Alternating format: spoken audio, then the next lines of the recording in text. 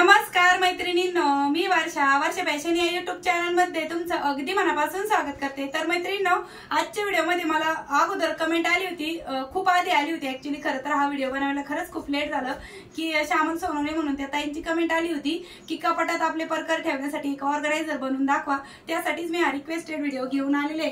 तर तुम्ही तुमच्याकडे कोणताही कपडा अवेलेबल असेल त्यापासून बनवू शकता आणि अगदी साध्या आणि सोप्या पद्धतीने दाखवणार आहे। म्हणजे तुम्ही पहिल्यांदा जरी शिवत असाल तरी पण तुम्हाला कुठल्याही प्रकारची अडचण येणार नाही शिवताना। तर चला जास्त वेळ न घालवता लगेचच आपण आपल्या आजच्या व्हिडिओला सुरुवात करूया। व्हिडिओ युजफुल वाटला, आवडला तर प्लीज लाईक करा व्हिडिओला आणि व्हिडिओ जास्तीत जास्त शेअर पण करा। चॅनलवर जर तुम्ही पहिल्यांदाच व्हिडिओ बघत असाल तर असेच शिवणकामाचे नवीन आणि युजफुल व्हिडिओ बघण्यासाठी आपल्या वर्षा फॅशन चॅनलला नक्की सबस्क्राइब करा। तर बघा, बोलता बोलता मी हा एक कपडा सिलेक्ट केलेला आहे। आता याची आपण कटिंग करून घेऊया। तर मी ते जुन्या साडीचाच कपडा घेतलेला आहे। तुम्ही याच्याऐवजी तुमच्याकडे ओढणी असेल, कुर्ती असेल, कोणताही कापड असेल त्याचा वापर करू शकता। आणि बघा, ही साडीचा कपडा आहे तो अशा प्रकारे अगोदर डबल फोल्ड मध्ये आहे आणि त्यानंतर मी पुन्हा अजून एक फोल्ड करून घेत आहे, म्हणजे 4 फोल्ड मध्ये आपण हा कपडा फोल्ड करून घेतलेला आहे। आता याची लांबी आणि रुंदी पण सांगते, एकदम जवळून दाखवते म्हणजे तुम्हाला समजेल। तर अशा प्रकारे मैत्रिणींनो, मी जी साडी आहे ती बघा 1, 2, 3 आणि 4 म्हणजे 4 फोल्ड मध्ये ही साडी टाकून घेतलेली आहे। आणि बघा, इकडनं थोडंसं म्हणजे फाटलेला भाग आलेला आहे, तर मी इथून खाली याची मार्किंग करणार आहे। तर मैत्रिणींनो, मी ते 13 बाय 13 इंचाचा चौकोनी कपडा कट करून घेणार आहे। तुम्ही याच्यापेक्षा जास्त पण घेऊ शकता किंवा कमी पण घेऊ शकता, एखादा 2 इंच। बघा, जवळून पण दाखवते। तर लांबी आणि रुंदी दोन्ही पण आपली 13 बाय 13 इंचच असणार आहे। इकडनं जो म्हणजे डॅमेज पार्ट होता तिथे मी अशा पद्धतीने लाईन ड्रॉ केली आणि तिथून पुढे आपण 13 इंचावरती मार्क करून घेत आहोत पुन्हा, ठीक आहे। आणि अशाच पद्धतीने आपण ही म्हणजे टोटल आपल्याला 10 पीस आहेत ते चौकोनी कट करून घ्यायचे। आता एका वेळेस आपले 4 भागाची कटिंग होणार आहे, कारण की मी 4 फोल्ड मध्ये साडी फोल्ड करून घेतलेली आहे आणि अगोदर अशा पद्धतीने लाईन ड्रॉ केली आणि आता अशीच आपण कटिंग करून घेऊया, म्हणजे व्यवस्थित आपली कट केला जातो पार्ट। तर अशा प्रकारे 4 पार्ट कट झाल्याच्या नंतर बघा, हे मी साईडला ठेवते, तुम्हाला दाखवते। पण एका पार्टला थोडंसं फाटलेलं आलेलंच होतं, तरी पण ठीक आहे, जाऊ दे, मी नंतर बघेल, तो स्टिच करेल। आणि दुसऱ्या पण अजून पण आपल्याला म्हणजे टोटल 10 पीस पाहिजे, तर तो पार्ट बघा आपण पुन्हा राहिलेल्या साडीवरती अशाच पद्धतीने ठेवून घेत आहोत आणि ह्याची पण कटिंग आपण सेम त्याच पद्धतीने करून घेऊया।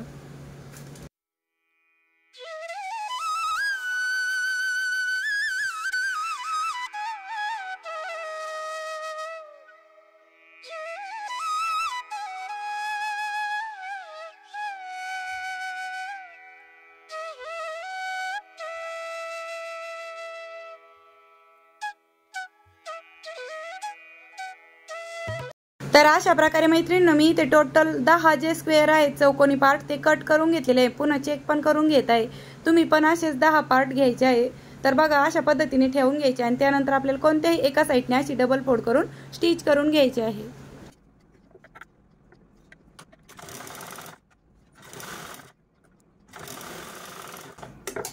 तर एकाच साईडने आपल्याला अशा पद्धतीने डबल फोल्ड करायचे आहे। आता दुसऱ्या कापडाला पण सेम त्याच पद्धतीने मी डबल फोल्ड करून स्टिच करून घेते।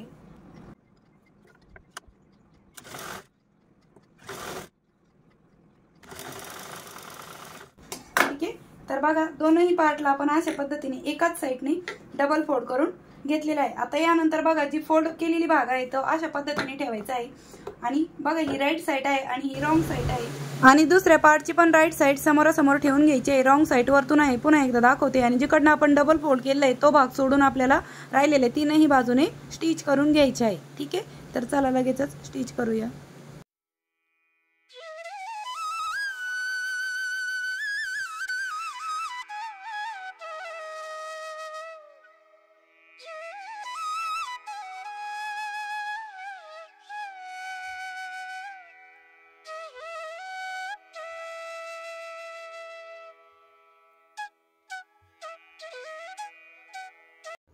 आणि त्यानंतर जिकडनं आपण ओपन पार्ट ठेवलेला आहे इथून आपल्याला पूर्ण कपडा आहे तो पलटी मारून घ्यायचा आहे, बघा अशा पद्धतीने।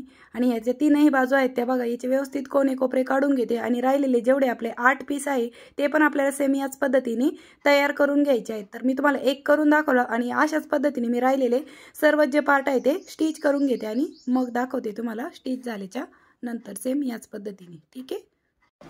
तर अशा प्रकारे मैत्रिणींनो मी राहिलेले सर्वच पीस आहेत ते अशा पद्धतीने रेडी करून घेतलेले आहेत। टोटल बघा 1 2 3 4 आणि 5 पीस आपण अशा पद्धतीने रेडी करून घेतलेले आहे। आता इथे आपण नाही गोणीचा वापर केलेला आहे नाही फॉर्मचा, तर तुम्हाला नंतर कळेलच आपण यामध्ये कशाचा वापर करणार आहोत कडकपणा येण्यासाठी।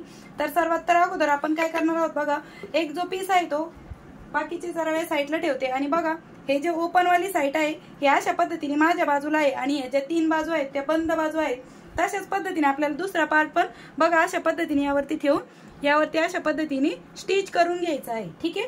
त्यानंतर इकडच्या साईडने पण दुसरा पार्ट आहे तो पण आपल्याला बघा अशा पद्धतीने ठेवून स्टिच करून घ्यायचा आहे। आणि बघा ही ओपन वाली साईड अजूनही माझ्या साईडने आहे, ह्या कडेकडेच्या पार्टची पण आणि ह्या जो खालचा पार्ट आहे त्याची पण। तर चला आता आपण या दोनही कडेकडेने स्टिच करून घेऊ।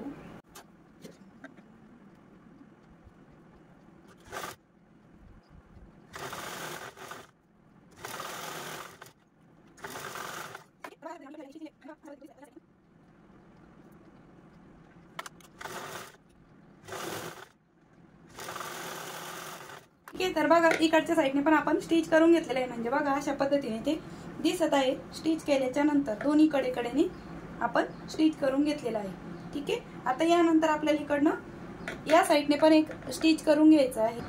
ह्याची जी ओपनची बाजू आहे ही ओपन साईड आहे ती इकडच्या साईडला असणार आहे आणि हा पार्ट बघा आपण हा जसा इकडनं ठेवून घेतला होता तसंच आपल्याला हा पार्ट अशा पद्धतीने ठेवून घ्यायचा आणि याची ओपनची जी बाजू आहे ती इकडच्या बाजूला आहे आणि मधला जो आहे मधला पार्ट त्यावरती आपल्याला अशा पद्धतीने ठेवून घ्यायचा आहे आणि कडेकडेने स्टिच करून घेऊ।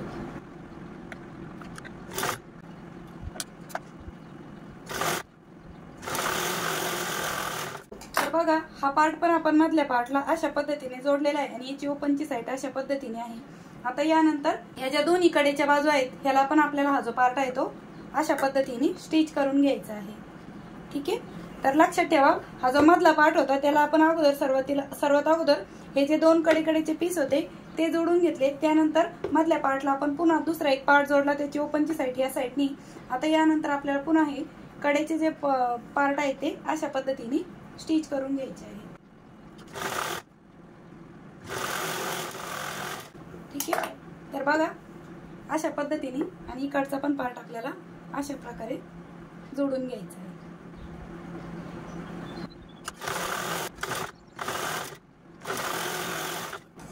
ठीक आहे। तर बघा अशा पद्धतीने आपण जोडून घेतलेला आहे आणि पूर्ण जोडल्याच्या नंतर ते अशा पद्धतीने एक बॉक्स टाइप तयार झालेला आहे। आता यानंतर आपण हा जो आत्ताच स्टिच केलेला कडेचा पार्ट आहे ना याच्यामध्ये आपल्याला कार्डबोर्ड किंवा पुट्टा घालून घ्यायचा आहे म्हणजे कडकपणा येण्यासाठी। तर बरोबर याच मापाचा आपण पुट्टा कट करून घेऊ। तर मैत्रिणींनो ह्याच मापाचा तुम्हाला एखादा कार्डबोर्ड म्हणा पुट्टा म्हणा तो अशा पद्धतीने कट करून घ्यायचा आहे आणि बघा तो यामध्ये आपण इन्सर्ट करून घेऊया म्हणजे कडकपणा पण येईल आणि तुम्हाला पण आयडिया येईल की कशा पद्धतीने आपलं हे ऑर्गनायझर आहे ते तयार होणार आहे, ठीक आहे। तर बघा अशा पद्धतीने ते दिसणार आहे म्हणजे हे जे आहे ही कडेची साईड आहे, मी तुम्हाला असं ठेवून दाखवलं म्हणजे तुम्हाला आयडिया यावी यासाठी।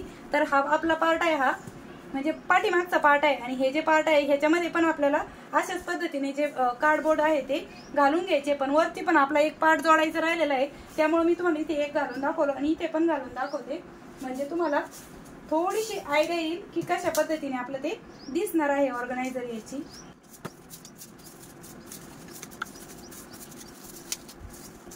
ठीक आहे। तर बघा अशा पद्धतीने मी एक बॉटमच्या साईडने पण एक कार्डबोर्ड आहे तो घालून घेतलेला आहे बॅक साईडने पण। आता या दोन्ही कडेने पण घालायचं आहे, पण त्या अगोदर आपल्याला हा जो टॉपचा पार्ट आहे तो स्टिच करून घ्यायचा आहे। बघा हा एक पीस राहिलेला आहे आपला आणि हा बघा अगोदर आपल्याला अशा पद्धतीने हा जो भाग आहे तो बंद करायचा आहे कारण की याच्यामध्ये कार्डबोर्ड घातल्याशिवाय आपल्याला हे शिवता नव्हतं येणार। हा भाग वरतून होता कार्डबोर्ड घालण्याचा त्यामुळे फक्त बॅक साईडने आपल्याला अगोदर हा कार्डबोर्ड किंवा पुट्टा घालून घ्यायचा होता आणि नंतर आपला हा जो लास्ट वाला पीस राहिलेला होता ना हा पण आपल्याला अशा पद्धतीने जोडून घ्यायचा आहे, ठीक आहे। एक अशा पद्धतीने त्यानंतर ही कडेची साईड आपल्याला अशा पद्धतीने जोडून घ्यायची आहे। तर चला आता आपण इथे अगोदर टाचणी लावून घेऊया, म्हणजे स्टिच करायला पण बरं पडेल आणि तुम्हाला पण समजावून सांगताना सोपं जाईल। तर बघा सर्वात अगोदर मी बॅक साईडचा जो पार्ट आहे ना त्याला वरच्या साईडने स्टिच म्हणजे टाचणी लावून घेत आहे, कारण की पुट्टा घातलेला जो पार्ट आहे तो ओपन आहे आणि कडेच्या बाजूले पण आपण दोन्ही साईडने अशा पद्धतीने टाचणी लावून घेत आहोत। तर मी तुम्हाला व्यवस्थित दाखवते कारण की वरचा पार्ट दिसत नाहीये, मला नंतर कळालं। तर बघा मैत्रिणींनो, अशा पद्धतीने आपण इथे टाचणी लावून घेतलेली आहे ना, तशीच आपल्याला स्टिच करायचे आहे। मगाशी दिसत नव्हतं ते माझ्या नंतर लक्षात आलं, म्हटलं जाऊ द्या आता पुन्हा एक्सप्लेन करते मी तुम्हाला। इथे आपण बॅक साईडला पुट्टा घालून घेतला, इथे मी टाचणी लावून घेतली आणि अशा पद्धतीने आता आपल्याला हे जे 3 पार्ट आहे ते स्टिच करायचे। बॉटमचा आपण काढून ठेवलं तरी चालेल, कारण की त्याच्यापाशी आपल्याला काही अडचण पण नाही, फक्त बॅक साईडचंच घालणं महत्त्वाचं होतं। तर चला स्टिच करून घेऊ, हा पण थोडा वेळ काढून ठेवते।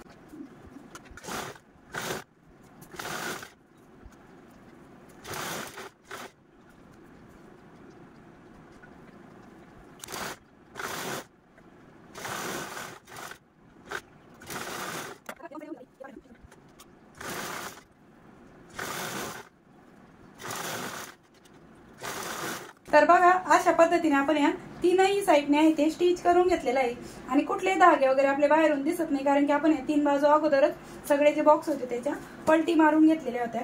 आता या सगळ्याच याच्यामध्ये आपल्याला कार्डबोर्ड आहे ते घालून घ्यायचे। बघा सगळ्या याच्यामध्ये आपण जागा ठेवलेली आहे, म्हणजे असं ओपनचा पार्ट आहे तो ठेवलेला आहे।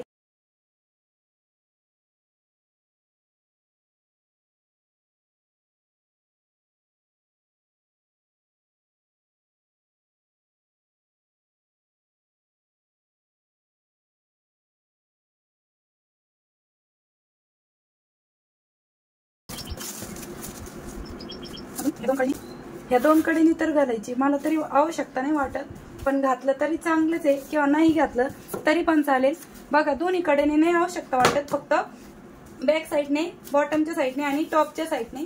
आता आपल्याला वरती इथे हँडल अटॅच करून घ्यायचे आहेत, पण त्या अगोदर आपण इथे पण स्टिच करून घेऊ शकतो किंवा नाही केलं तरी चालेल, म्हणजे तुम्हाला धुण्यासाठी पुन्हा आपण हे कार्डबोर्ड काढून धुता येईल अशा पद्धतीने वॉशेबल पण करू शकतो, किंवा मग डायरेक्टली अशी टिप मारून घेतली तरी पण चालणार आहे कार्डबोर्ड मध्ये घातल्याच्या नंतर। तर मी इथे 5 नंबरची शिलाई देऊन घेते, म्हणजे धुवायच्या वेळेस आपण ती उसवून कार्डबोर्ड काढून पण धुवू शकतो। तर मैत्रिणींनो, हँडलसाठी मी इथे ह्या साडीचा कपडा घेतलेला आहे। आता ही हँडलची लांबी तुम्ही तुमच्या अकॉर्डिंग कमी जास्त करू शकता। तर मी इथे 14.5 ते 15 इंच घेतलेली आहे आणि रुंदी इथे आहे 2 इंच आणि याचे आपल्याला बघा अशा पद्धतीने फोल्ड करून आहे ते दोनही हँडल स्टिच करून घ्यायचे आहे। आणि इथे जर तुम्हाला हँडलसाठी रेडीमेड बेल्ट वापरायचे असेल तर तुम्ही तेही वापरू शकता। तर एक मी स्टिच करून दाखवलं आणि दुसरं पण मी हँडल स्टिच करून घेते। तर अशा प्रकारे मैत्रिणींनो, दुसरा पण हँडल आहे ते मी स्टिच करून घेतलेलं आहे। आता त्यानंतर बघा आपला हा जो पार्ट आहे ह्याच्या टॉपच्या साईडला आपल्याला हे हँडल आहे ते स्टिच करून घ्यायचे आहे। तर बघा अशी थोडीशी फोल्ड करून घ्यायची आहे आपल्याला आणि अशा पद्धतीने ते अगोदर एक टाचणी लावून घेते, म्हणजे तुम्हाला पण कळेल आणि स्टिच करायला पण आपल्याला सोपं जाईल। आणि बघा बॅक साईडने पण थोडंसं फोल्ड केलंय आणि इथे पण एक टाचणी लावून घेतली। दुसऱ्या साईडने पण बघा सेम त्याच पद्धतीने थोडासा जो बेल्ट आहे तो फोल्ड करून घ्यायचा, टाचणी लावून घ्यायची आणि अशा पद्धतीने आपल्याला यावरती स्टिच करून घ्यायचं आहे।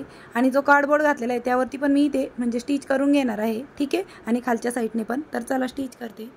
तर बघा मैत्रिणींनो, अशा पद्धतीने मी हे दोनही हँडल आहेत ते स्टिच करून घेतलेले आहेत, ठीक आहे, अशा पद्धतीने। आणि इथे पण आपण टिप मारून घेतलेली आहे, जो कार्डबोर्ड घातलेला होता तो अशा पद्धतीने। आणि फायनली अशा पद्धतीने आपले ऑर्गनायझर तयार झाले आहे। आता तुम्हाला हवं असेल तर तुम्ही याच्यामध्ये कार्डबोर्ड घाला साईडला किंवा असंही ठेवू शकता, पण माझ्याकडे अवेलेबल आहे त्यामुळे मी इथे साईडला पण कार्डबोर्ड आहे ते घालून घेणार आहे। तर मैत्रिणींनो, तुम्हाला हे ऑर्गनायझर आवडला असेल किंवा माझी शिकवण्याची सांगण्याची पद्धत आवडली असेल तर प्लीज व्हिडिओला लाईक पण करा आणि कमेंट करून पण नक्की सांगा। तर चला आता हे कपाटात कसं ठेवायचं ते पण दाखवते। तर बघा कपाटामध्ये ठेवण्यासाठी हे बघा अशा पद्धतीचं हँडल आहे ते मी बाहेर काढून घेतलेलं आहे आणि आता आपण हे कपाटामध्ये, तर बघा मैत्रिणींनो, अशा पद्धतीने मी कपाटामध्ये ऑर्गनायझर आहे ते ठेवून घेतलेलं आहे। आता हे तुम्ही ऍडजस्ट पण करू शकता, माझे खाली सुटकेस आहे त्यामुळे मी बरोबर एवढंच मापाचं घेतलं, तुम्ही अजून मोठं पण बनवू शकता, कारण की माझं म्हणजे कपाटाची जेवढी हाईट आहे किंवा जेवढं पाहिजे त्यानुसार मी ते बनवलेलं आहे। तर चला आता आपण याच्यामध्ये कपडे पण ठेवून घेऊया। तर मैत्रिणींनो, तुम्ही याच्यामध्ये परकर ठेवू शकता, त्याचबरोबर डेली वेअरचे इनर वेअरचे कपडे ठेवू शकता किंवा तुम्हाला जे काही सामान ठेवायचं असेल छोटं मोठं ते तुम्ही याच्यामध्ये आरामात ठेवू शकता। अशा पद्धतीचं आपलं हे ऑर्गनायझर बनून रेडी झालेलं आहे आणि तुम्ही कडेकडेने स्टिच पण करून घेऊ शकता, पण मी नाही केलेलं अजून किंवा पुठ्ठा नाही घातला साईडने तरी पण चालतोय, तसं तर मी अगोदर पण सांगितलं होतं। तर मैत्रिणींनो, कसं वाटलं तुम्हाला हे ऑर्गनायझर कपाटामध्ये ठेवण्यासाठीचं ते पण मला कमेंट करून नक्की सांगा। आणि जरुरी नाही की तुम्ही हे कपाटातच ठेवा, तुमच्या घरात जर बाथरूममध्ये पण अशी जर अडकवायला जागा असेल तर तुम्ही हे बाथरूममध्ये पण वापरू शकता, त्याचबरोबर कपाटामध्ये पण वापरू शकता आणि इतर कुठेही तुम्हाला वापरायचं असेल तर तुम्ही याचा वापर करू शकता। त्याचबरोबर चप्पल बूट ठेवण्यासाठी पण बाहेर वापरू शकता, पण मी हे खास कपाटामध्ये परकर ठेवण्यासाठी ताईंची रिक्वेस्ट होती म्हणून बनवलेलं आहे। तर तुम्हाला कसं वाटलं ते पण नक्की सांगा। आवडला असेल तर लाईक करा, शेअर करा आणि चॅनलला सबस्क्राइब करा आपल्या वर्षा फॅशन असेच नवनवीन युजफुल आणि युनिक व्हिडिओ बघण्यासाठी। भेटूया पुन्हा नेक्स्ट व्हिडिओमध्ये, तोपर्यंत bye bye. Thanks for watching. Shri Swami Samarth.